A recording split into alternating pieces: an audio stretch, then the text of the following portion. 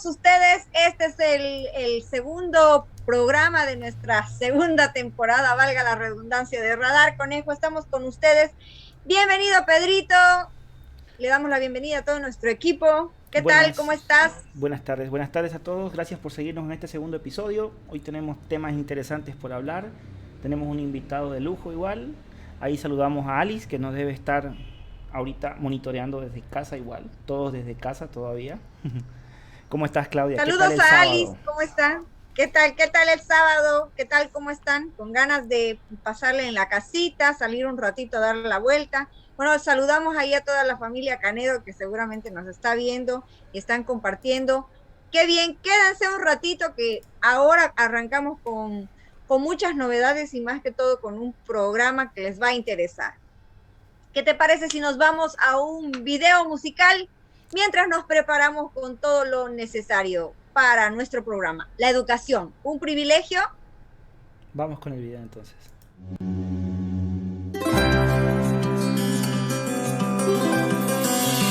Que no se apague la vida, pon la esperanza arriba, el mundo está contenido, no podemos salir.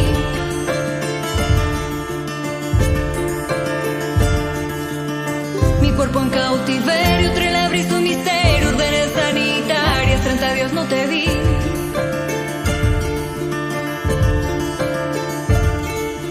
Seres de amor nos están ayudando. Me quedo en casa y espero por vos.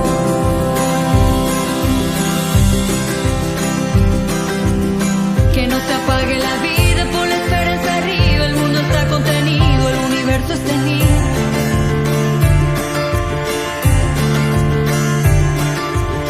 Hoy es un día ideal para aprender a amar, uniendo a la humanidad, lo vamos a lograr.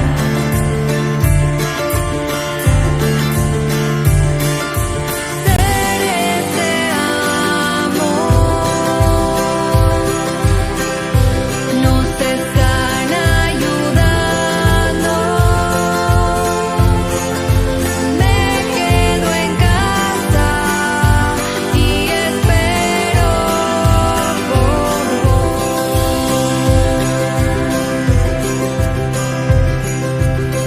Ahora en mi rutina escribo poesías, cuentos para la vida que me ayude a seguir.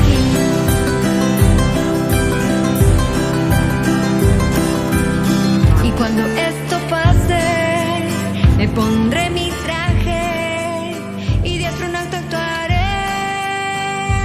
por ti.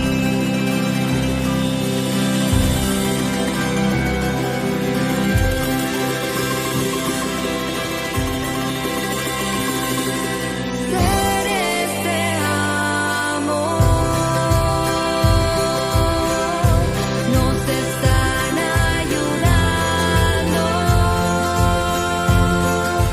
Me quedo en casa y espero por vos.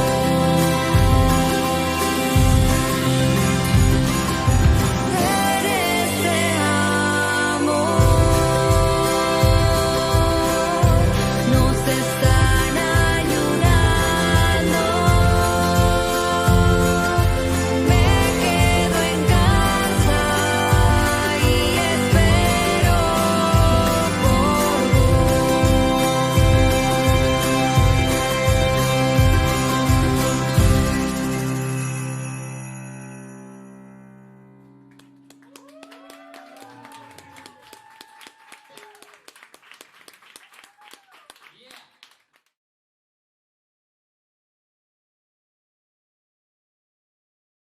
Aire. Bueno, arrancamos este segundo programa con un tema que realmente nos interesa a todos. Pero antes, para hablar de educación, es importante hablar de la pandemia y cómo afectó en todo el mundo, cómo afectó, cuáles son las complicaciones que trajo y también las perspectivas y alternativas que impulsó. ¿Qué avances con el uso de la tecnología tuvimos en todo este proceso? Es importante considerar que varios estudiantes en todo el país se han visto afectados en su avance académico debido a esta principal brecha. Quizá un quiebre, algunos le dicen quizá una fisura que sucedió desde el año pasado en el que no hemos podido volver a la normalidad con el tema de las clases presenciales. Con todo este proceso han habido algunos avances, pros, contras, ¿no? Principalmente en minorías súper vulnerables, donde hemos visto realmente carencias, estudiantes, imagínense, los estudiantes con discapacidad, tanto en el área urbana como en el área rural. Y sin olvidar los pueblos originarios que no hablan el mismo idioma, ¿no? El riesgo de dificultades en el campo educativo y el desarrollo humano. Si nos ponemos a pensar un poquito, estos procesos son muy importantes para resaltar en el aspecto psicosocial. Desde obviamente tomando en cuenta la psicología educativa, la situación a nivel educativo se ha visto realmente en manos de los padres de familia, en manos de los maestros, en manos del ministerio, alarmante porque no hemos tenido que empoderar rápidamente de diferentes plataformas, de diferentes formas de ver la educación y cómo utilizar la tecnología a nuestro favor. Realmente esta situación para los estudiantes desde la pandemia ha sido muy alarmante, en una situación en la que podemos ver los pros y los contras. ¿Qué te parece, Pedrito, toda esta situación? Sí, yo creo que, bueno, uno de los grandes problemas que mencionas ahí igual está que los niños se han visto afectados, pues no llevan cuánto tiempo ya, van a ser 2 gestiones enteras en las que han tenido que, eh, ¿cómo se dice?, evitar el contacto social, y en este caso también eso limita su forma de relacionarse con otros niños, eso sin contar el tema del acceso al internet, a un celular, a tener la posibilidad de tener datos. Entonces, obviamente hablamos nosotros ahora desde un privilegio que tenemos la oportunidad de tocar estos temas, ¿no? Pero creo que es importante que las personas tomen conciencia de lo esencial que es que tanto nosotros como actores de la sociedad tomemos parte de estas cosas, ¿no? Que exijamos políticas, que formemos parte del cambio que pueda haber en nuestra comunidad, en nuestro barrio, formar comunidad, pues, ¿no? Para permitirnos a nosotros exigir cosas tanto a los gobernantes como a los actores que son parte de esto, ¿no? Y justamente lo que decías vos, ¿no? Claro. El ministerio se ha encargado de cosas que ni siquiera está aquí él para ver las realidades, digamos, ¿no? Y eso es algo delicado, porque estamos hablando del futuro, bueno, del futuro de la hora, digamos, ¿no? De todos los niños, de todos los estudiantes que el próximo año entran a la universidad igual van a seguir, o sea, igual tienen que seguir formándose. Claro, y alianzas estratégicas, es como tú decías, todo este proceso de reencuentro, de darnos cuenta que hemos tenido un tiempo de conciliar con nosotros mismos y hacia los demás, nos ha hecho de alguna forma entrar en conciencia y ver las cosas un poco más con calma. Si bien es cierto, estos procesos de cuarentena nos han hecho un poco el respiro y más que todo darnos cuenta que estábamos viviendo aceleradamente. Ahora, actualmente, lo vemos así también. Hay un proceso de aceleramiento, pero pausado. ¿Por qué? Quizá no tenemos que trasladarnos de alguna forma, digamos, en diferentes distancias. Y bueno, esto ha sido también, esta unión y este proceso también ha sido parte del Colegio de Ingenieros, que no sé si te acuerdas, que hicieron una campaña para poder recaudar todos los artefactos tecnológicos, los móviles que no servían en casa, ellos los podían reutilizar y podían de alguna forma dar a familias que realmente lo necesitan para que sus hijos puedan pasar clases. Claro, y ahí es donde entra, ¿no?, la parte del acto social de nosotros como comunidad, como sociedad, de ver estos problemas, ¿no? Y de que, bueno, tenemos la posibilidad de colaborar y seguimos intentándolo, digamos, ¿no? Entonces, esa campaña fue muy interesante. Igual sigue teniendo, ¿no?, esa parte, falta todavía el tema de que hay un acceso a internet justo para todos, por ejemplo, ¿no? Que tengas que gastar megas, digamos, ¿no? De que tengas que invertir y los niños pasan mucho tiempo, igual esto de las reuniones en línea, que seguimos nosotros igual haciendo el programa en línea ahorita, te demanda mentalmente un desgaste, y muchas de las veces nosotros incluso tenemos ese desgaste y no tenemos idea de cómo manejar. Por eso justamente en el anterior programa tocamos el tema de las emociones, pues, ¿no? Porque este cansancio, este agotamiento físico también se reduce a emociones, porque te sentís triste, te sentís cansado, te sentís agotado. Entonces los invitamos a ver otro programa, aprovechar para hacer propaganda para el anterior programa, pero es importante porque están hilados de esa forma para que ustedes puedan ver de que lo importante que juega, o sea, si bien es cierto, nos facilita no movernos de un lugar a otro, pero mentalmente nos consumimos y al final esas emociones terminan derivando en otras cosas, ¿no? Y en los niños es mucho más frágil todavía, ¿no? Igual los niños, los adolescentes, todos en realidad, pues. Bueno, te cuento de que justamente hablando de esto y el tiempo perdurado dentro de las, más que todo de la luz solar y la luz que produce, digamos, las pantallas, estudios han confirmado que hay mucha miopía en niños. Este dato me lo pasó nuestra editora en contenido, Alice, que habla sobre los rayos de sol que liberan dopaminas y que, bueno, hay sustancias que ayudan, que son positivas, pero hay son rayos, que son los rayos ultravioleta, que generan este tipo de rayos y que no ayudan de alguna forma a la visión. Hay mucha gente que ahorita está con problemas visuales por el tema de estar sumamente expuestos a las computadoras, ¿no?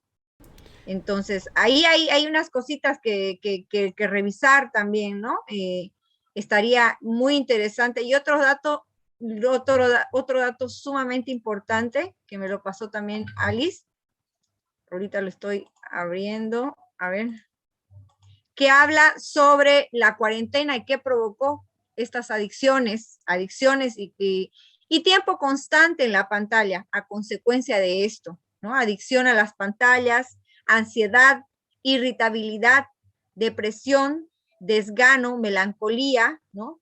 Aumento de peso, berrinches, llantos, por el tema de que los niños ya están acostumbrados con el tema de los celulares y la computadora, ¿no? Pesadillas nocturnas, retrocesos en el habla y también el uso de pañales. Quiere decir que no hay un retraso en este tiempo, en este proceso, y cuáles han sido las adicciones y qué es lo que ha causado, cuáles han sido estas consecuencias, denotando en los estudiantes, en los niños, en las casas, este tipo de alertas, básicamente, ¿no? Y bueno, hablando del tema, Pedrito, nos hemos contactado con alguien que realmente ha estado trabajando durante este proceso de pandemia, es el licenciado José Luis Torres. ¿Qué tal si nos vamos con la entrevista que le hicimos al licenciado? Sí, vamos con la entrevista. Le damos la bienvenida entonces a José Luis Torres Garnica. Él es licenciado en Ciencias de la Educación, con posgrado y diplomado internacional en Neuromarketing Personal Organizacional de la IUT de México. Maestría en Educación Social por la Gabriel. Y también por la Universidad de España, investigador externo de la DUI de la Gabriel y actualmente presidente del Colegio de Profesionales en Ciencias de la Educación de Santa Cruz, COPE Cruz. Ex becario del programa Learnership Training de Latin American World de la UPSA y también ex becario representante por Bolivia en el tercer taller internacional de democracia y censos de la población y partidos políticos y los pueblos indígenas de Bogotá, Colombia.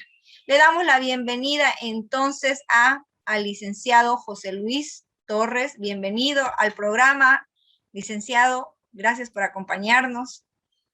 Buenas noches, muchísimas gracias por la invitación. Agradecer a Claudia y al programa Radar Conejo por tener esta oportunidad de conversar, ¿no? De un tema muy vinculado al tema que tenemos que tocar en este caso relacionado a la educación, tema cultural. Muy agradecido, buenas noches a toda su audiencia y bueno, Esperamos compartir, comentar de manera muy amena. Gracias. Gracias a usted por aceptar la invitación. Todo el equipo se ha encargado también de encontrarlo, hacer las conexiones. Hemos estado también trabajando en el Centro Cultural Oriental con diferentes talleres. Posteriormente vamos a tener también otras actividades y este primer encuentro también ha hecho de que podamos de alguna forma encontrarlo y poder ya tener esta charla un poco más aterrizada en cuanto al tema de educación. ¿La educación un privilegio o qué problemas sociales más adelante se vienen? ¿Qué estamos viviendo actualmente? Nos gustaría ver desde su punto de vista, desde su opinión, qué podemos nosotros encontrar en toda esta fisura, por así decirlo, que ha vivido, que ha tenido la educación en cuanto a este tiempo, la cuarentena. Si bien es cierto, conversábamos tras de cámaras sobre qué es lo que ha producido el tema de la cuarentena en este proceso, en este tiempo, en este periodo en el que nos hemos dado cuenta de que de repente teníamos algo que no habíamos concluido, pero ahora sí podemos concluir. Hay un interés personal de profesionalizarse. En el caso de los niños, en el caso de los jóvenes, de la sociedad en la que estamos, ¿qué problemas sociales y educativos advierte esta posibilidad de la virtualidad? Una virtualidad que a la vez es forzada por el tema de la pandemia, nos ha hecho actualizarnos en diferentes formas para poder llegar desde diferentes puntos de vista, desde diferentes plataformas, hasta donde deberíamos llegar o de repente a quién debería escucharnos. Le cedo la palabra, licenciado. Gracias, gracias Claudia. Bueno, en realidad es importante puntualizar que de repente el tema educativo es un elemento bastante complejo, ¿no? Bastante complejo, ya que el sistema educativo se conforma y está conformada por diferentes sistemas, diferentes actores. Vamos a dar algunas pinceladas más o menos de todos estos elementos, de repente por ahí tocando desde lo más macro a lo más micro. Y ya lo advertí en su momento, ¿no? La pandemia, en este caso, a raíz del COVID, como ya todos conocemos, nadie lo esperaba, es decir, y la educación en sí no se vio afectada, sino que la educación ya traía en sí varios problemas, ¿no? Antes de la pandemia teníamos un dato arrojado precisamente por Naciones Unidas, en la que cerca de 250.000 entre niños y jóvenes se encontraban sin poder acceder a la educación, ¿no? Ese es un dato develador. Y bueno, lo que hizo la pandemia en sí fue poner en evidencia estos y muchos otros problemas por los cuales hoy en día estamos atravesando. Hemos tenido que, como lo mencionaba, ¿no?, forzadamente pasar de un sistema presencial a un sistema híbrido en muchos casos, a un sistema virtual. Si le podíamos decir virtual, porque si bien recordamos el año pasado, a nivel Latinoamérica, muchos países tomaron decisiones políticas educativas, unos con mayor desarrollo, se puede decir, con mayor responsabilidad que otros, ¿no?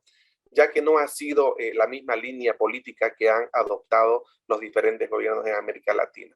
Si nosotros recordamos, el año pasado, a través de un decreto, se suspende, ¿no? Se da por concluida la gestión educativa más o menos en el mes de mayo. Eso fue, pensamos nosotros ya en diferentes entrevistas y en los análisis que hemos tenido con el colectivo de profesionales, una decisión de repente no acertada, ¿no?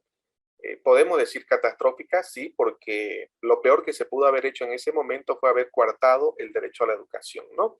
Es decir, el gobierno en su momento de repente no haciendo un análisis pormenorizado de todo lo que contrae el haber suspendido, el haber cerrado la gestión escolar,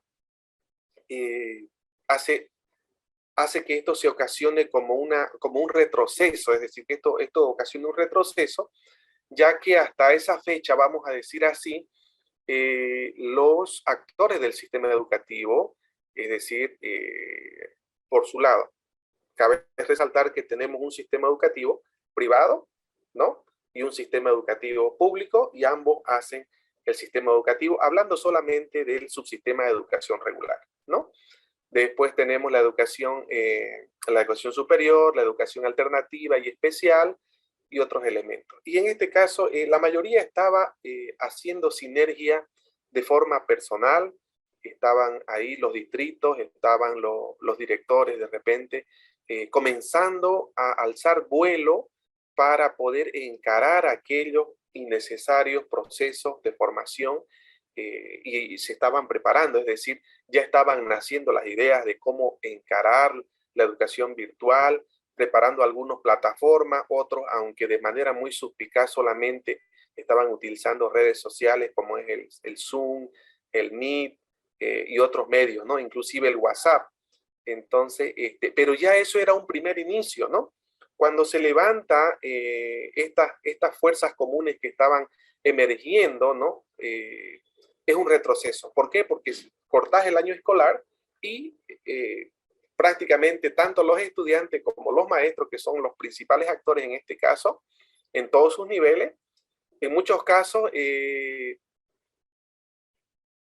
se quedan en statu quo, en stand-by. Es decir, no se tuvo una secuencia, un proceso de maduración para encarar un proceso de educación virtual, en este caso, como se debió hacer.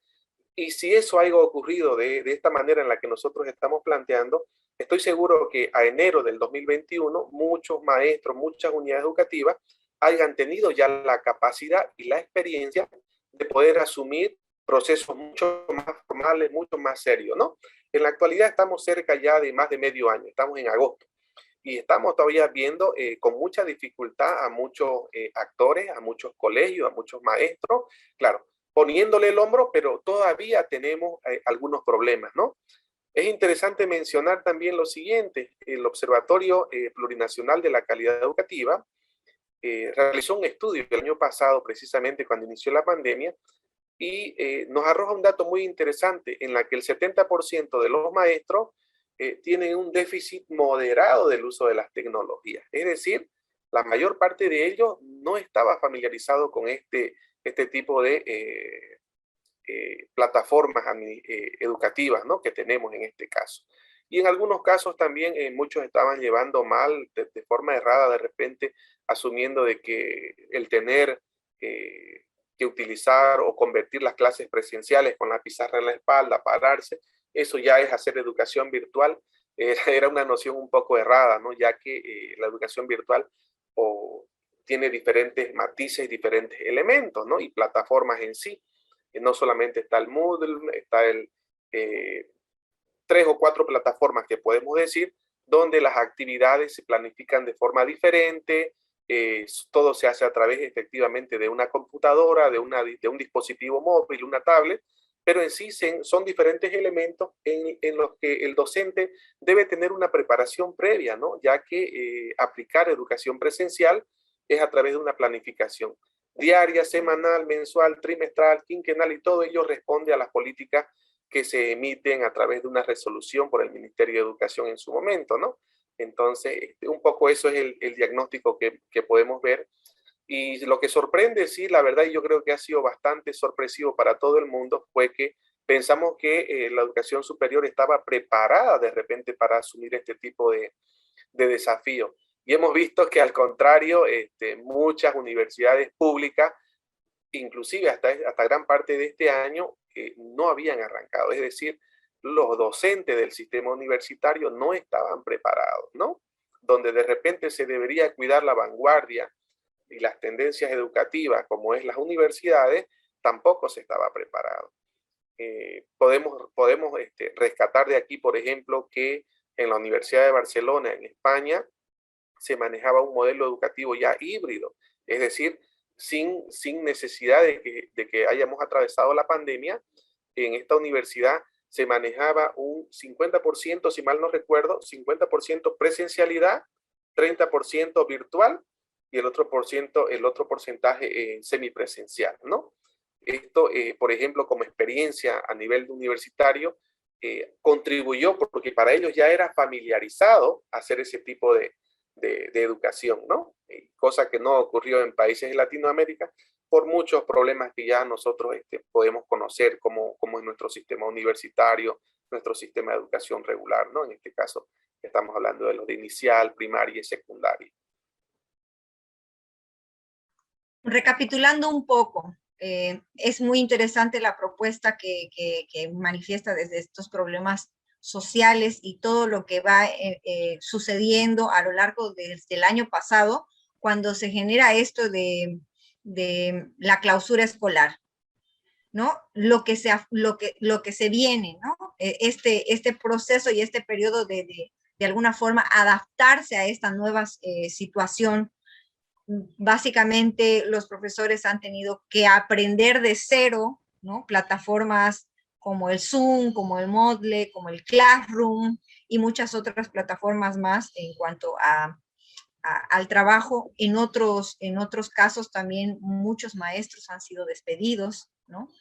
O en otros casos también muchos maestros han sido sobrevalorados, sobretrabajados, sobreexplotados, porque los metían ya a clases donde tenían más estudiantes y donde usted sabe que a veces uno en la clase no puede básicamente llegar a todas las ventanitas porque son caritas o son estudiantes que requieren de la atención de cada uno, ¿no? Así es. En cuanto a todos estos desafíos que hemos tenido que afrontar, en el caso, digamos, de los padres de familia, de los estudiantes, de la realidad, de todo esto que ha generado y que de alguna forma se ha afectado por la pandemia. ¿Cómo afronta la familia, cómo afrontan los maestros, cómo afronta esta realidad que se está viviendo, tomando en cuenta desde este proceso que hemos tenido de pandemia, de clausura escolar hasta el momento, porque ya estamos, como usted dice, ya estamos agosto y no hemos podido volver a las clases presenciales? De alguna u otra forma, el miedo, afrontar esta nueva realidad endémica, por así decirlo, que nos toca vivir. ¿Y cómo es que están afrontando esta realidad? Bien,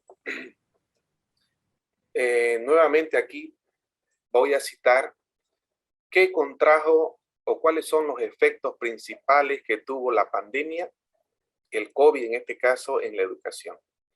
Y aquí no podemos tapar el sol con un dedo. Lo que ha ocasionado precisamente esta pandemia ha ahondado a la desigualdad. Es decir, al margen, a nivel social, ha incrementado la desigualdad en el mundo, y sabemos que en estos términos, cuando hablamos de desigualdad, los menos desfavorecidos son las personas de los que están en situación de pobreza y extrema pobreza. Estamos hablando de la familia, y en este caso eso se ha podido ver y quedar muy evidente, ya que en esto el de llevar adelante un proceso de virtualización de la educación, estamos viendo una desigualdad por una parte. Los que estaban en situación de pobreza nuevamente han quedado en situación de extrema pobreza, ¿no? Por otro lado, estamos viendo aquella brecha que existe entre la educación de la ciudad y la ciudad del área rural, y la educación del área rural. Y aquí es imperativo decir, pues, ¿por qué razón? Porque se refleja en la ausencia de tecnología, en la ausencia de poder acceder a la red, que es el Internet. En este caso, ha sido muy peculiar ver en medios de comunicación. De hecho, aquí en Santa Cruz hubo una experiencia en la cual nosotros también apoyamos al Colegio de Ingenieros en el sentido de difundir y promover esas acciones que ellos llevaron adelante. En nuestro colega, el presidente del Colegio de Ingenieros Informáticos, ellos desarrollaron una campaña de recolectar materiales, dispositivos en desuso. Ellos lo hacían reparar y de alguna manera esos equipos que lograban reparar o acumular, distribuir entre las personas que más necesitaban. Hemos visto casos muy particulares, creo bastante, haya sido interesante tener estos datos que en su momento he pedido, digamos, porque hubo un levantamiento de información a inicio de esta gestión del propio ministerio que si bien no se publicaron de manera, no se hicieron público, digamos, directamente, pero importante haya sido conocer la cantidad, ¿no? En una encuesta, no sé si usted recuerda como madre de familia, en la cual le preguntaban cuántos hijos tenía, en qué niveles estaban, si tenían computadora, si tenían celular, si tenían un dispositivo tablet, si tenían acceso a internet, ¿no? Y otra serie de preguntas. Le hicieron el levantamiento de datos, pero no supimos los padres de familia los resultados de dicho estudio, ¿no? Que se llevó adelante. Entonces, en términos de desigualdad y de pobreza, estamos viendo que hasta la fecha tenemos en el área rural ha habido bastante deserción escolar. Deserción escolar, abandono, no son lo mismo, ¿no es cierto? Daba el caso hace un mes atrás, si mal no recuerdo, en una comunidad en la localidad de Potosí, sabemos que es un departamento con bastantes carencias, el departamento de Potosí, cerca de 10 niños tenían que subir durante 2 horas una serranía para poder tener acceso al internet en su tablet. Imagínense todos los días. Subir un cerro durante 2 horas para poder captar señal de internet y poder pasar clase. Terrible realmente, ¿no? Y aquí pues nosotros lo que venimos mencionando y haciendo eco, ¿no? De que el gobierno no ha asumido en este caso, como es una competencia que recae sobre la principal responsabilidad del Ministerio de Educación y el nivel central, la Constitución Política claramente establece que la educación es una obligación del Estado, ¿no? Garantizarla, sostenerla, mantenerla con calidad, con eficiencia. Entonces, bajo ese argumento constitucional, el gobierno tendría la obligación de invertir en educación, invertir en generar condiciones, ¿no? Podemos citar ejemplos de otros gobiernos, por ejemplo, el año pasado, en vez de cerrar la gestión escolar, en el gobierno de El Salvador, haciendo un poquito la comparación, mientras que aquí se hicieron la distribución de textos, así como en la época de los años del siglo XIX, cuando había una campaña del dengue, distribuían cartillas en papel sábana, no sé si recuerda usted los soldaditos casa por casa contra el dengue. De igual manera, ¿no? Volvimos a esos tiempos en los cuales las unidades educativas repartían unas guías con contenidos mínimos para garantizar los aprendizajes básicos en el nivel primario solamente, ¿no? Y vemos nosotros esta portada, yo fui así tan ilustrativo, recuerdo yo en una demanda personal que hice, es decir, ilustrativamente tenemos aquí al gobierno boliviano entregando unas pequeñas guías de papel sábana. Y en la otra portada tenemos al gobierno de El Salvador entregando computadoras Dell originales y tablet a los estudiantes de primaria y secundaria. ¿Y cómo es posible? Wow. ¿Cómo es posible? Yo lo mencionaba en su momento, un país donde el ingreso per cápita por concepto del Producto Interno Bruto es mucho menor al que tiene Bolivia, ¿no? Pero ahí estamos viendo el nivel de responsabilidad y prioridad que en su momento algunos gobiernos adoptaron con la educación, ¿no? Y eso pues de alguna manera, imagínese usted, además de motivarlo, porque el tema de la pandemia, si solamente lo enfocamos desde el punto de vista educativo, y también nos vamos al plano personal y emocional de la educación emocional que hoy en día también se maneja, muchos niños, muchos padres de familia, esto ha ocasionado bastante desmotivación, bastante problemas psicológicos, vamos a decirlo así, ¿no? No somos especialistas en la materia, pero sabemos que esto contrae problemas de nivel emocional, psíquico, ¿no? Entonces, y en esas condiciones es muy difícil hacer educación. Entonces, si nosotros le sumamos todos aquellos elementos que acabamos de mencionar a los problemas de orden personal y psicológico y emocional, estamos hablando de que esto realmente no se le dio la prioridad que se le debió haber dado, ¿no? En este caso. Y ahora sí asentamos a los padres de familia. Los padres de familia, ¿en qué situación se vieron? Fíjese usted, hay un dato oficial que lanzó la CEPAL donde nos pone en evidencia de si mal no recuerdo, 75 millones de empleos en América Latina se han perdido. Wow. Bajo esa situación, las familias no gozan ni gozan a la fecha de ingresos mínimos que les permitan por lo menos satisfacer sus necesidades básicas. Pagar su agua, pagar su luz, pagar un internet lujo, sostener la olla, la alimentación de la familia, y más aún cuando tenés 7 hijos, ¿no? Si con 3 hijos cuesta, imagínense con 7. Y conseguir tablet, conseguir dispositivos, conseguir un internet de calidad que sostenga 7 dispositivos al mismo tiempo, ¿no? Y también hemos visto en radio, en televisión, aquellas noticias donde, ¿qué tenían que hacer los papás? Llegaron al extremo de agarrar una moneda, al quien le toque cara o cruz, pasa clase ahora con su maestra, ¿no? Entonces, esa es la situación un poco, sin ser un poco fatalista, yo creo que realista, en la cual se han visto afectadas diferentes familias, estudiantes y padres de familia, pues sin poder hacer otra cosa, ¿no? Porque esto es una frustración, estar sin empleo, sin ingreso, y muchos han visto oportuno inclusive el de retirar a sus hijos para que no se perjudique, ya que los maestros no preocupados, uno que otro, ¿qué pasa señora? Que su estudiante no está entrando, el niño a clase. Entonces, ante esa presión, ante esa dificultad emocional para el papá, esa frustración, prefirieron retirar a los niños y a los estudiantes de esta situación, ¿no? Y esto se ha visto a nivel nacional, la deserción, los bajos niveles de rendimiento, los niveles de estrés que a la fecha se presentan en los estudiantes y en los maestros. Y bien lo decía Claudia, ¿no? Muchos maestros le han puesto realmente el hombro. Ha habido un sacrificio doble, y si lo podemos decir triple, para aquellos que trabajan en 2 turnos, ¿no? Porque recuerde usted que el salario de un maestro en nuestro país no está como para vivir de un solo turno. Entonces, aquellos maestros, por ejemplo, que trabajan en doble turno, llamémosles así, un público y un privado, han tenido que redoblar esfuerzos para poder cumplir, volver a hacer planificaciones.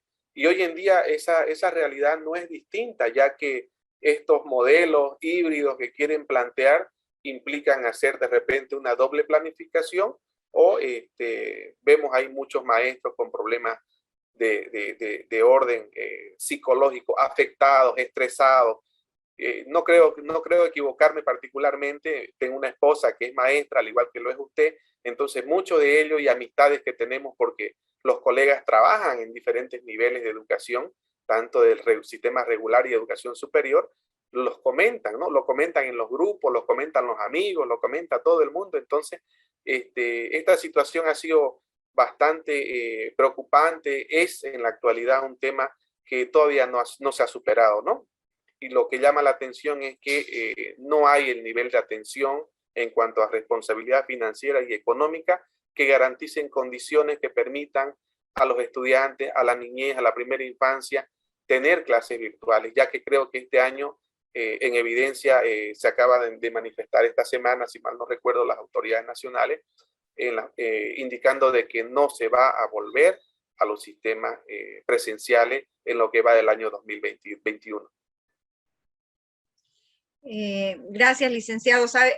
Todo esto me hace acuerdo un poco a la propuesta de Abraham Maslow con su obra La teoría de la motivación humana, donde primero está todo lo que se tiene que resolver en la parte fisiológica, seguridad, afiliación, reconocimiento y posteriormente la autorrealización, ¿no? Entonces, habría que volver a retomar un poco esta pirámide y organizar un poco, porque si realmente la base fundamental, que es la fisiológica, que es lo que usted decía, digamos, emocionalmente, la contención, que realmente los maestros, nuestros estudiantes, se sientan seguros, estén bien, física, emocionalmente, para posteriormente generar su seguridad y afianzar este reconocimiento y volver a retomar realmente lo que es la parte educativa. Así es. Es claro, precisamente eso es lo que estamos indicando, ¿no? Que en la pirámide de Maslow vemos nosotros que, y si vemos inclusive la pirámide del aprendizaje, ¿no? Del cómo aprendemos a través de los medios visuales, el audio, la escucha. Entonces, es lo mismo, ¿no? Entonces, si no tenemos resuelto la base fundamental de esa pirámide, que son satisfacer las necesidades básicas del ser humano, es muy difícil encarar el siguiente nivel, ¿no? Entonces, es ahí donde debemos hacer ecos para que realmente se tome en serio esto y estemos preparados, porque no creo que sea de aquí en adelante un tema que tengamos que volver a esperar otros 100 años para una pandemia, ¿no? También es importante resaltar aquello, muchos decían, ¿no? Hemos tenido que afrontar por primera vez esto que nadie esperaba. Es mentira. Cuando hubo en el año, si mal no recuerdo, en el 57, la pandemia por la polio, ¿ya? Yo tengo algunos datos por ahí, algunas fotografías de niños con las radios antiguas, todavía esas radios bastante clásicas así, que parecían una cajita de Pandora, escuchando ahí echados, tomando apuntes, haciendo educación a distancia a través de la radio, ¿no? Entonces, no es nuevo y deberíamos haber por lo menos ya prever en este caso, tener planes de contingencia nacionales, departamentales, ¿no?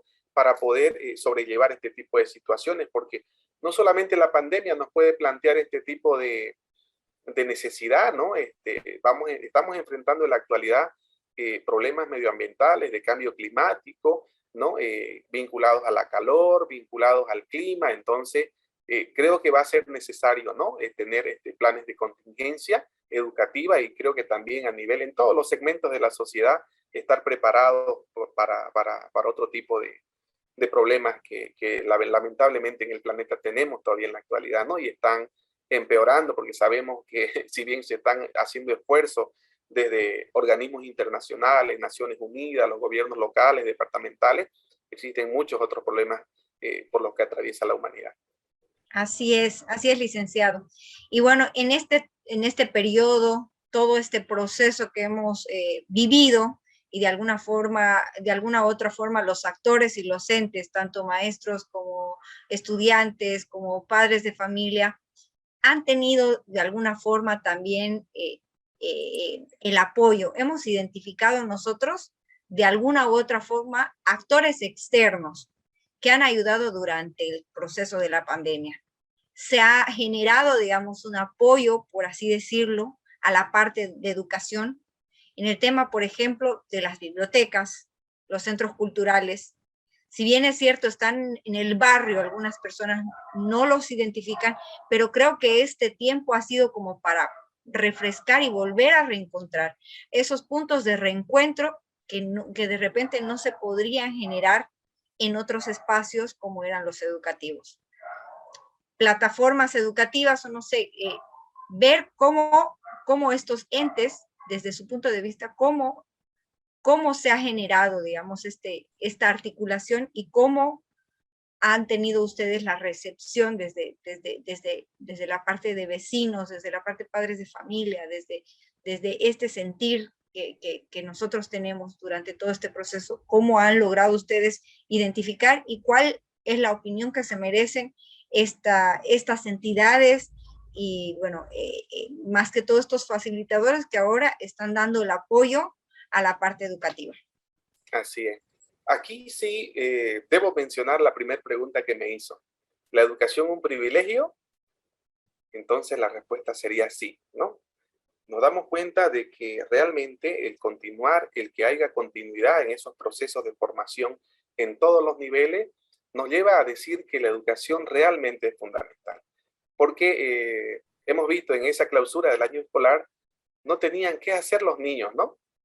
Los niños, los estudiantes, los universitarios, y más todavía cuando estaban encerrados, ¿no? Imagino, no podía salir afuera. Entonces, por lo menos el tener las clases, los tenía al frente, aprendiendo, mejorando. Diferentes profesores adoptaron técnicas y metodologías animadas. Ha habido de todo, ¿no? Han habido personas que realmente han podido destacarse, como también usted lo mencionó. Muchos maestros han perdido su empleo porque, claro, si nosotros vemos datos reales, muchos maestros de repente ya de una generación, estamos con una generación del siglo XXI, las generaciones anteriores de hecho nunca habían estado frente a una computadora, frente a un celular, ¿no? Nosotros recordamos que las aplicaciones son algo desconocido para muchos maestros. Entonces, vamos a decir, sí, la educación era un privilegio. ¿Y de qué forma la sociedad, por ejemplo, nosotros como Colegio de Profesionales en Ciencias de la Educación, en la gestión 2020, bajo ese compromiso y esa misión, los objetivos y fines que tenemos los colegios, y en este caso de educación, asumió y junto a otras entidades, entre ellas universidades, fundaciones, centros, emprendimientos particulares, profesionales de Latinoamérica, de Europa, hemos optado por hacer sinergia común y adoptar diferentes temáticas vinculadas a la educación emocional, a la neuroeducación y diferentes temas específicamente vinculados para poder generar capacidades, competencias, fortalecer aquellas capacidades en muchos maestros del sistema educativo nacional. Particularmente nosotros hemos desarrollado el año pasado como entidad, los días jueves teníamos webinares que organizábamos jueves a jueves con diferentes temas, ¿no? Adaptaciones curriculares, estrategias educativas, cómo encarar educación virtual, cómo responder a esta época de pandemia, los cuidados que se debía tener, porque teníamos que hacer una labor también educativa y preventiva, diferentes campañas y procesos que hicimos, ¿no? Y de manera paulatina, a la par, los días sábados, arrancamos con cerca de, si no son 29, son 30 encuentros académicos internacionales para Bolivia. Es decir, un espacio virtual en el cual aglutinábamos cerca de 10.000, 50.000 y tuvimos hasta 90.000 participantes, muchos de ellos maestros, estudiantes vinculados al tema educativo, que tuvimos en estos encuentros con diferentes invitados para ver aquellas experiencias de cómo ellos estaban encarando, por ejemplo, los procesos de formación educativa en sus países. Hablamos de países como Guatemala, México, Argentina, Ecuador, también hemos visto algunos casos de Europa, ¿no? Y todo esto nos llevó a ver, por ejemplo, que la realidad y las problemáticas no son muy distintas. De repente a veces nosotros nos gusta como bolivianos flagelarnos, digamos, ¿no? En Bolivia todo es posible. Y bueno, hemos visto que la realidad es muy semejante, ¿no? La pandemia ha develado que la educación en muchos países tiene los mismos problemas, los mismos baches, las mismas dificultades. Y esa sinergia de estas instituciones se ha visto bajo un enfoque de solidaridad, de compromiso, ¿no?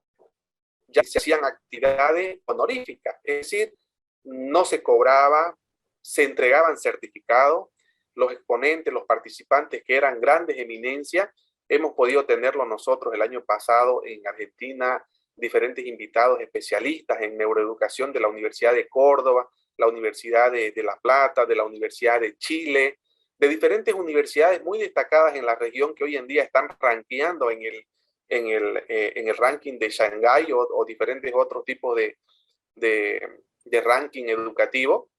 Hemos tenido buenos exponentes, al doctor, por ejemplo, Francisco Mora, a Francesco Tonuzzi, con la UNESCO, ¿no? Y este tipo de actividades, como digo, tenían la única finalidad de brindar un soporte, de ser una asistencia técnica, ¿no? A la educación, y a través de los maestros podíamos llegar a que estas personas, a que los propios maestros, los actores del sistema educativo y los propios padres de familia entiendan por lo menos la forma en la que se debía apoyar o encarar las modalidades en educación virtual, ¿no? Y eso fue muy valorable, y creo que el único que le dio el espaldarazo en aquel entonces fue el gobierno, que agarró y anuló la gestión educativa cuando estaba en un auge hacia un despegue para poder este año de repente haber encarado de forma óptima la educación virtual, ¿no? Claro que sí, y realmente esos esfuerzos, como dice, articular de esta forma. Y actualmente, como es lo que decía, ¿no?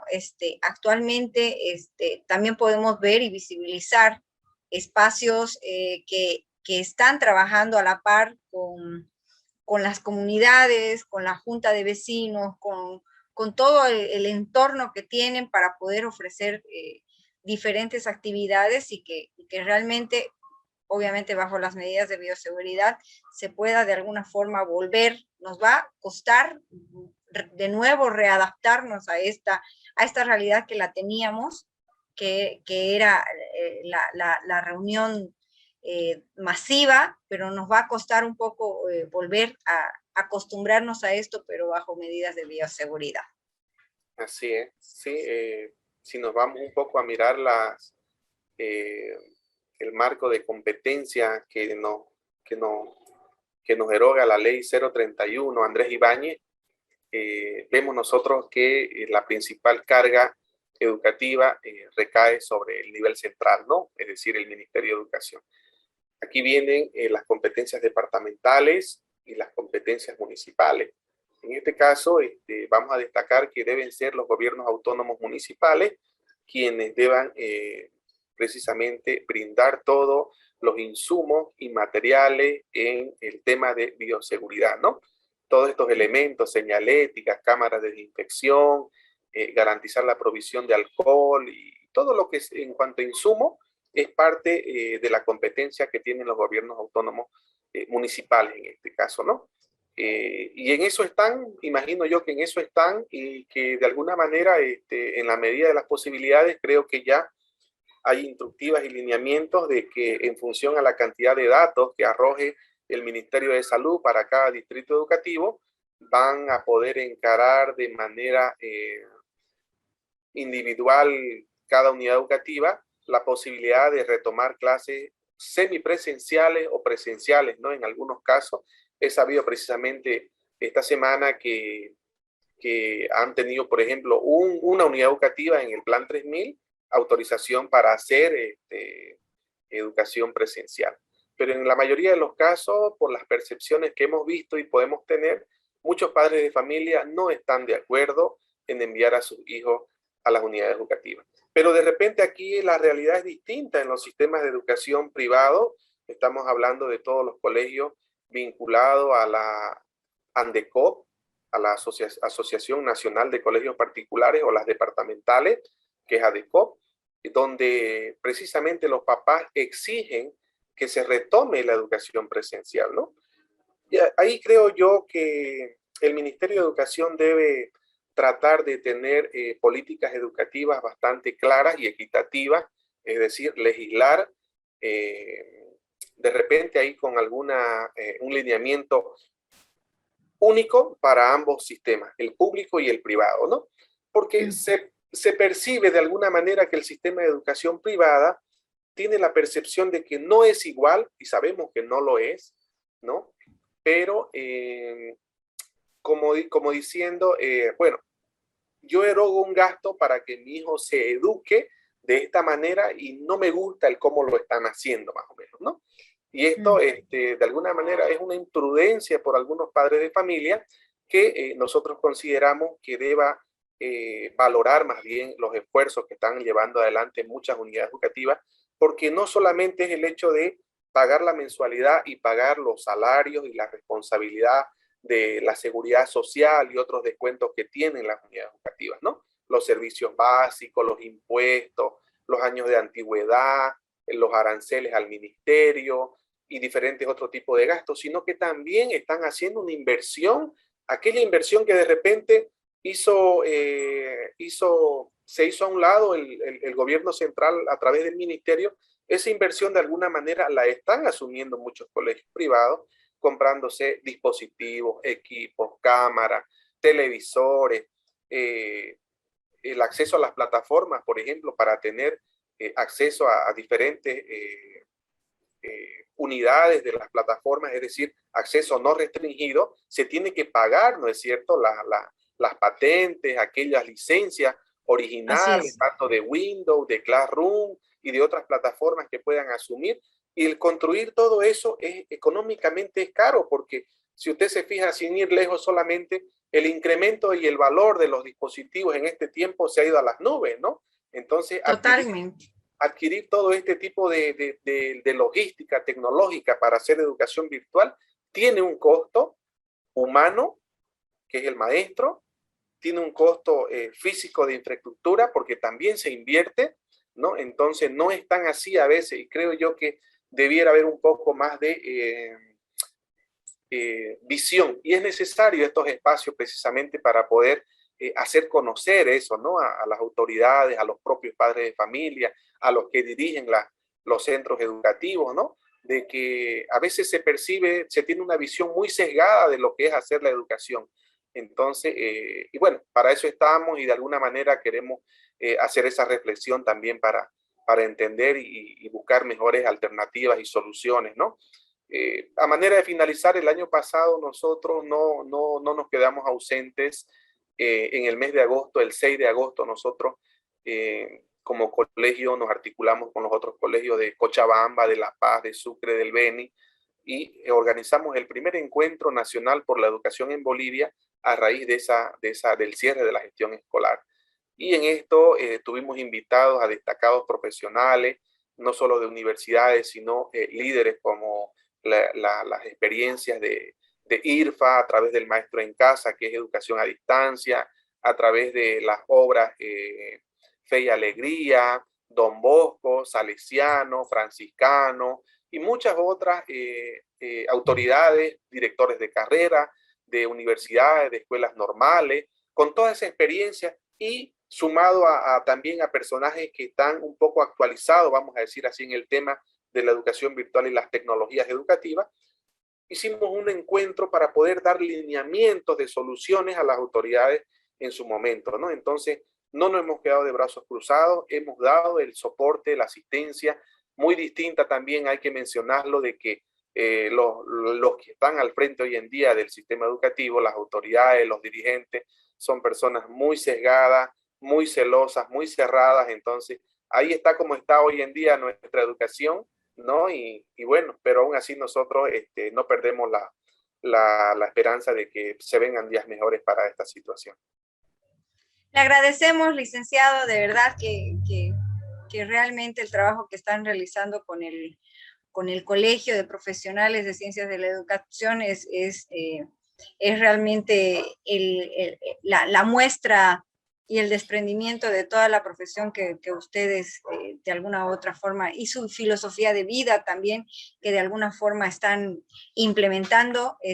Agradecidos nosotros con el programa por haber hecho el contacto con usted y que nos haya contado un poquito de todo lo que están haciendo. Realmente es muy, muy importante el apoyo que les han dado, el soporte que les han dado los maestros, porque realmente los maestros son quienes ahora necesitan de apoyo, necesitan de ayuda, y obviamente sentirse motivados para continuar en esta noble profesión que usted sabe que es realmente una vocación que uno tiene que tener para seguir adelante.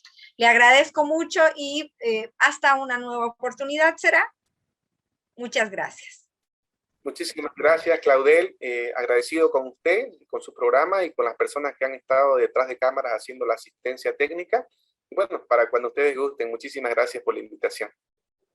Hasta luego, hasta una nueva oportunidad, licenciado. Hasta luego.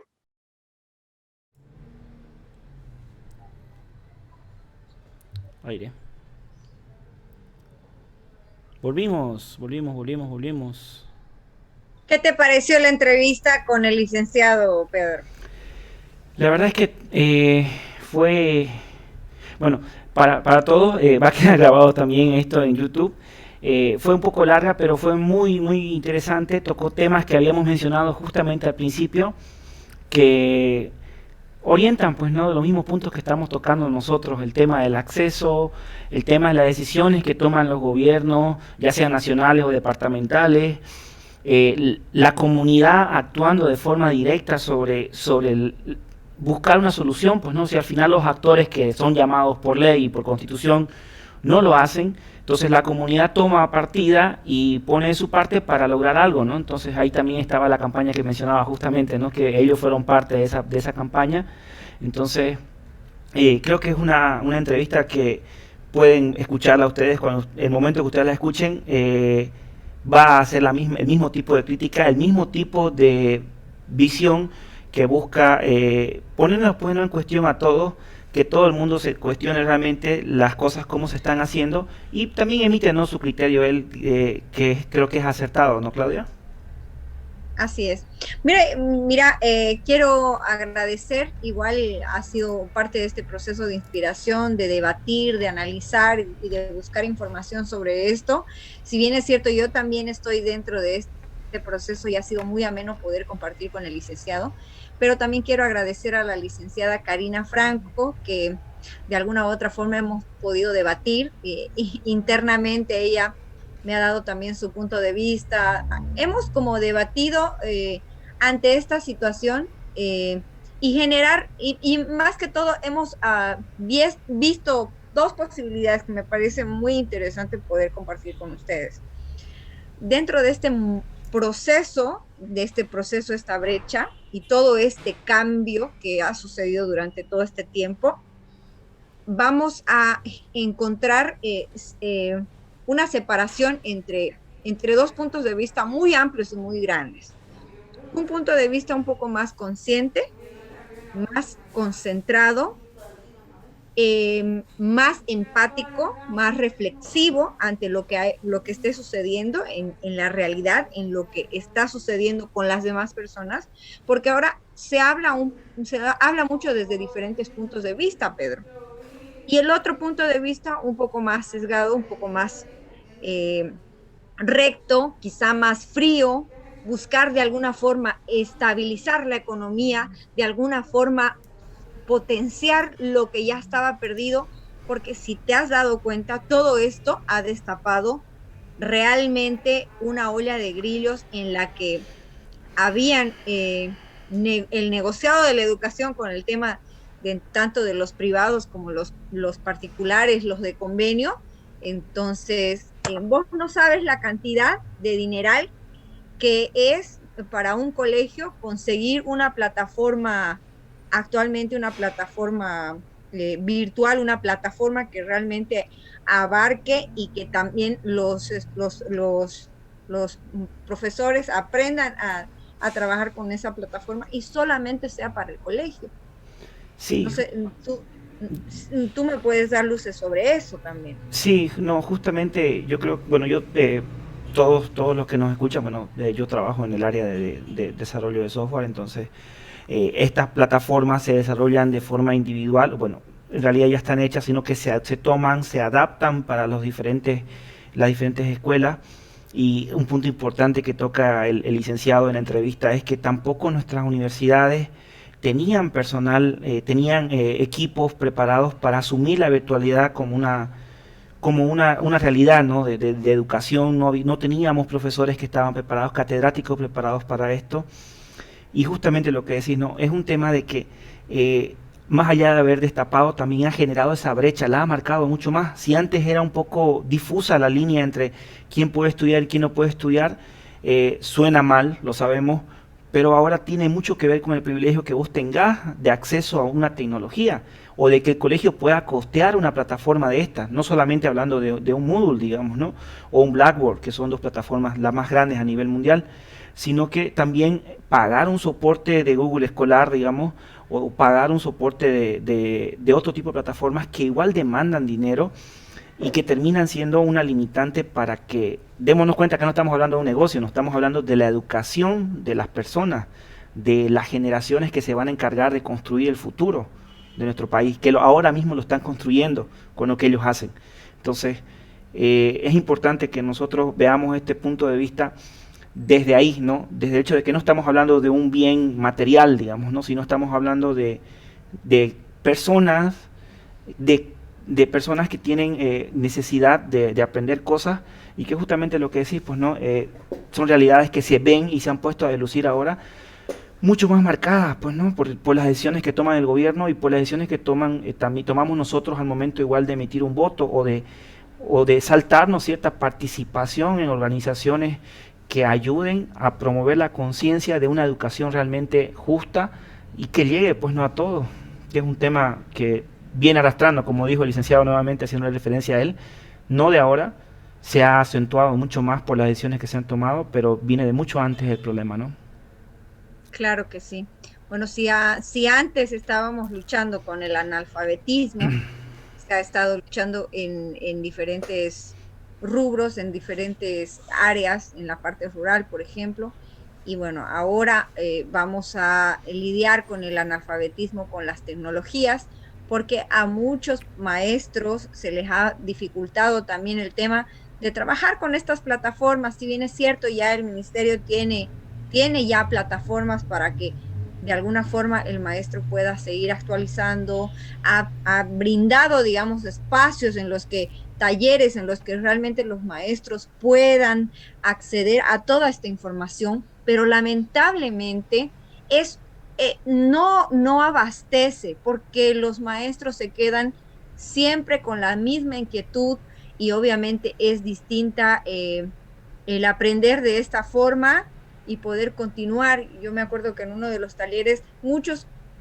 maestros preguntaban muchas cosas y no se podía llegar realmente a responder las inquietudes que tenían en cuanto a estas plataformas.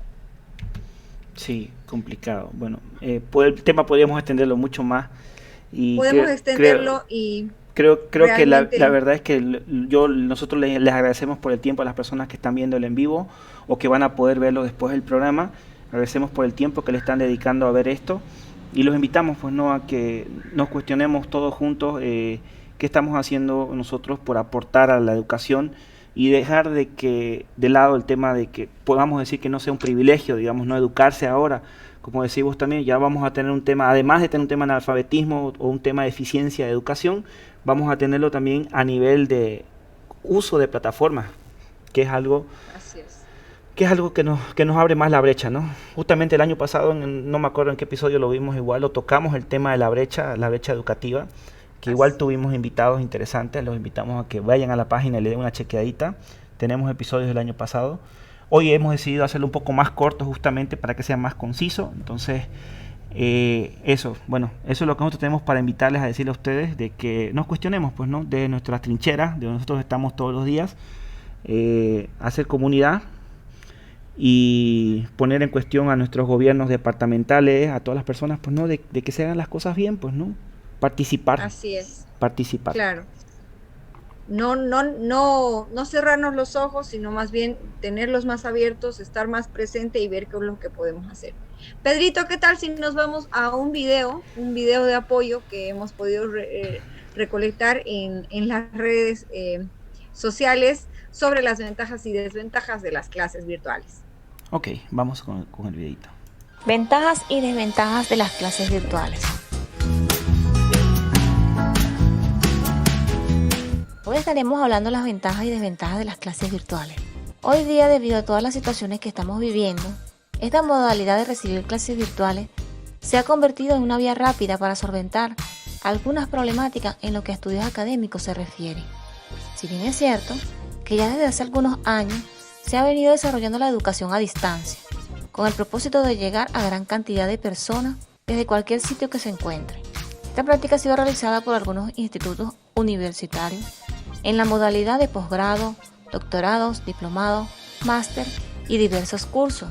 También es cierto que es un gran reto para muchas personas que tienen niños y adolescentes porque están acostumbrados a la modalidad presencial, que es lo más convencional. Pero debido a este caos, donde no se puede salir, las clases virtuales se han convertido en la alternativa más viable para todos. Pero ¿cómo motivar a nuestros hijos a las clases virtuales? Probablemente ya estás intentando esta modalidad de clases virtuales con tus hijos. Tal vez aún estás pensando en cómo hacerlo. Las preocupaciones comienzan a surgir, porque seguro como padre o familiar sueles pensar cuáles son las ventajas y desventajas de aprender desde casa. Te preguntas si será suficiente con estos programas virtuales que alcance el nivel de aprendizaje necesario. Ventajas de las clases virtuales. Accesibilidad. Esto indica que la persona establece su propio horario de estudio, las horas que le dedica y el día para cumplir con la fecha establecida de entrega de sus compromisos. Por lo general, puedes pararte unas horas más tarde, lo que indica que puedes dormir más o realizar otras actividades. Organización. Los contenidos de estudio son más actualizados y organizados, ya que son precisos y eficaces en función de un mayor aprendizaje. Tecnología. Se desarrolla un amplio conocimiento en computación, los alumnos podrán obtener mayor aprendizaje en la tecnología y en el uso de las herramientas ofimáticas. Así podrán evaluar cuáles son los beneficios que brindan al utilizarla. Ahorro. Para muchos el traslado de casa a sus clases genera un gasto en autobús, en tren, en cualquier forma que usas al trasladarte a recibir clases presenciales, así como en merienda y otros gastos. La distancia causa un caos en el tiempo que transcurre en llegar a clase y el de regreso a casa. Ese tiempo con las clases virtuales lo puedes ahorrar y lo puedes invertir en áreas como compartir con tu familia, con tus hijos, con tu pareja, con tu mascota. Desventaja de las clases virtuales. Acceso a internet. Aunque para algunos les es fácil el acceso a internet, para otros les resulta difícil. Y esto se debe a diversos factores, como aquellos lugares donde el alcance de la red es un problema. Para otros, el no contar con los diversos dispositivos que son pertinentes para el acceso al internet, como la laptop, la computadora, los móviles o la tablet, es un inconveniente para integrarse a las clases virtuales. Motivación. Si es complicado motivar a alguien para que estudie de forma presencial, es aún más difícil motivar a estudiar a distancia, ya que el estudio virtual depende de ti. Esto requiere de mucha disciplina y constancia para que tengas una excelente formación académica. Desconocimiento. Es una desventaja que, aunque parece increíble para muchos, esto suele pasar, ya que existen muchas personas que no dominan herramientas tecnológicas. Por tanto, representa una dificultad para estar al mismo nivel que otros respecto a las exigencias de las aulas virtuales. Ausencia. Muchos no se adaptan a estar a distancia con los demás.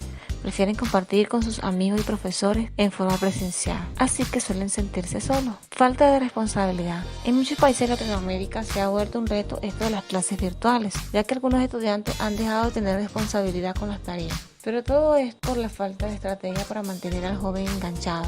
Sin embargo, en algunos países más avanzados, eso no ha sido problema, porque las clases en línea suelen estar completas o más que las clases presenciales. En todos los casos, sabemos que es una situación temporal y que es necesario por el escenario de confinamiento que vivimos. Nuestra recomendación es que ayudes a tus hijos lo más que puedas y así hacer de esta clase algo más productivo. Y recuerda, si quieres mantenerte informado con el día a día, no dejes de suscribirte a nuestro canal y disfrutar de... Vamos. Volvimos. ¿Qué te pareció el video, Pedro? Bueno. Ahí algunos tips para poder recordar. Y bueno, todo esto que hemos estado viendo durante este periodo, esta hora, ya nos quedan poquitos minutos para terminar el programa. Sí. Y voy a hacer rapidita, porque quiero mandar un saludo a Key del Mar, la profe Keila López, que nos está, ha comentado un poco sobre lo que hemos estado hablando y dice, el Estado también son los gobiernos autónomos. Hay que responsabilizarlos de hacer que el gobierno autónomo departamental y municipal que conozca para romper la brecha de acceso a internet en nuestro departamento. Le mando un saludo, Key. Es interesante también lo que dice. Y arriba también comentó, es un hecho de que la calidad de educación en el aula virtual es baja. Uno de los factores es que algunos profesores tienden a tener dificultades. No es acceder a un equipo en el uso de las plataformas virtuales y el uso de TICs, ¿no? O sea, ahí. Tecnología de la información, tecnología de la computación, ¿no? Bueno, creo que las preguntas las planteamos, así que los invitamos a que nos sigan en YouTube. Tenemos 2 episodios. Este episodio lo subimos hoy también a YouTube. En Instagram también estamos por ahí andando. Facebook todos los sábados. Bueno, de aquí 2 semanas tenemos el siguiente programa con otro tema interesante. Tenemos un anuncio por ahí también parroquial para el sábado 19 de septiembre. Tenemos una feria planificada en el Centro Cultural Oriental. Va a salir la publicación ahí con toda la información. Estamos trabajando con todos los vecinos, nos alegra mucho, le agradecemos un montón a todos los vecinos por apoyarnos en este tiempo. Por poner también, vamos a tener esta feria cultural gastronómica y bueno, los invitamos a que se den una vuelta por allá, por la Radial 26, entre Cuarto y Quinto Anillo, entrando por la tercera calle, creo que si más no me equivoco. Sí, creo que es la tercera. A mano izquierda, justo al ladito del centro de salud que está por ahí cerca. Entonces los invitamos a que se den una vuelta por allá, conozcan el centro cultural, apoyen a la zona, y si son de la zona, pues bueno, dense una vuelta porque todos los vecinos van a estar ahí cocinando, va a haber música, vamos a tener música también. Entonces, va a haber música, va a haber teatro, vamos a tener una tarde bien bonita, bien familiar, donde también van a poder ofrecer sus servicios. Es un tema bien interesante, también se acerca el aniversario de Santa Cruz, y qué mejor manera de festejar con esta feria gastronómica. Pedrito, cortito, rapidito, quiero comentarles también de que no se olviden de que estos espacios también para que puedan ustedes publicitar, y voy a adelantarme porque quiero mandarle un gran saludo a Carly's Beauty Center, que ella se encarga ahora de mi arreglo personal, y quiero agradecerle porque ahora está con una promoción muy interesante del enmarcado de las cejas, de la promoción de las pestañas y toda la limpieza facial. Todas las personas que quieran también de alguna forma promocionar sus productos pueden también contactarse con Pata de Conejo, que de Radar Conejo vamos a promocionar sus productos. Nada, okay. Nos vemos entonces, gracias a todos, gracias al licenciado, gracias a los que nos han visto hoy. Hace un poquito más largo que la anterior semana en el programa, pero esperemos que les sirva de referencia. Pero valía la pena. Sí, tal cual. Nos vemos entonces. Nos vemos, gracias a todos. Gracias.